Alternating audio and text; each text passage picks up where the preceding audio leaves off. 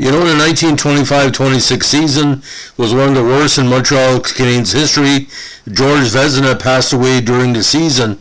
They didn't know exactly what they were going to do between the pipes, but this young gentleman came up through the ranks, including USAHA, to have a solid emergency replacement season with the Habs, but unfortunately never played in the NHL again.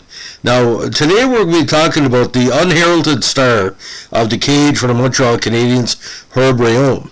He played 31 games in the NHL for the Habs again as emergency replacement following Georges Vezina's death during the 26 season.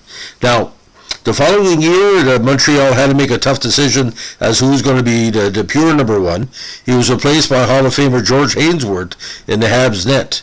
Now, Rheaume was a native of Masson, Quebec, but grew up in Ottawa, Ontario. He first came to major prominence, of course, with the Westminster Hockey Club of the USAHA in 22. Now, following his career with Montreal, he ended up with one of the most interesting teams of the CAHL of the 20s and 30s, the Boston Tigers. Over a number of seasons, he manned the cage numerous contests, 32, 40, 40, and 40 games between 27 and 30. Now, 31, he moved to St. Louis with the AHA St. Louis Flyers, played there.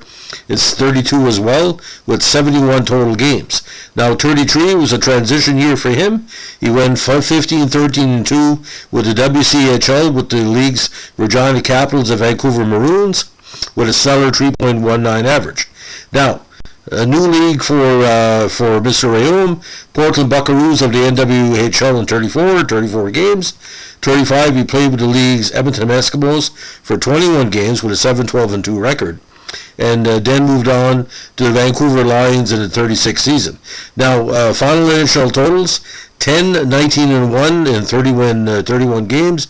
And again, he's the transition between Vezina and Hainsworth. Now, looking at the rough stats this year, Bill Togger also played one game that year, with Alphonse Lacroix skating in 5 for the Habs. Now, that 26 team had a lot of talent, including Howie Morenz, Aurel Joliette, Battleship Leduc, Bill Boucher, Pit Lapine, Billy Coutu, Sylvia Manta as well, and but like I said, George only played one game that year until unfortunately illness took him out.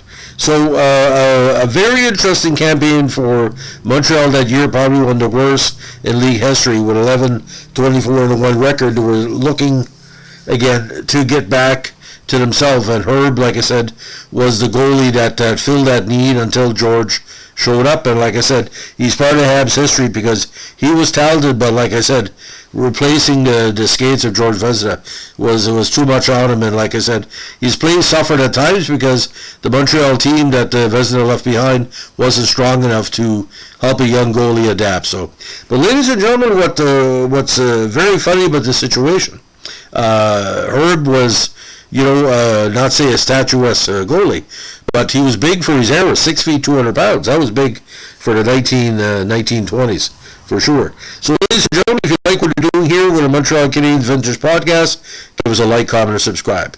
Thanks for listening. Bye.